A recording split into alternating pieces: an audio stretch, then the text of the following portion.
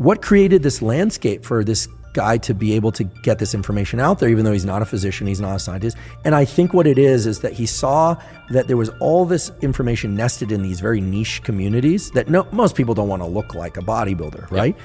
And yet what he did was he sort of normalized the discussion about hormones. He normalized the discussion about other things like dopamine and cortisol, et cetera.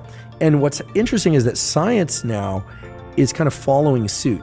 10 years ago, a discussion about hormone therapies would never come up in the hallways of discussions with my colleagues. Since doing an episode of the podcast on optimizing testosterone and estrogen, no fewer than 10, I'm not gonna name names, but these are serious scientists, and it's a mixture of men and women, have approached me about hey, what can one do in order to adjust testosterone or estrogen levels? Is estrogen therapy for menopause a useful thing? When should one start? Now, I'm not an endocrinologist, so all I can do is point them in the way of information.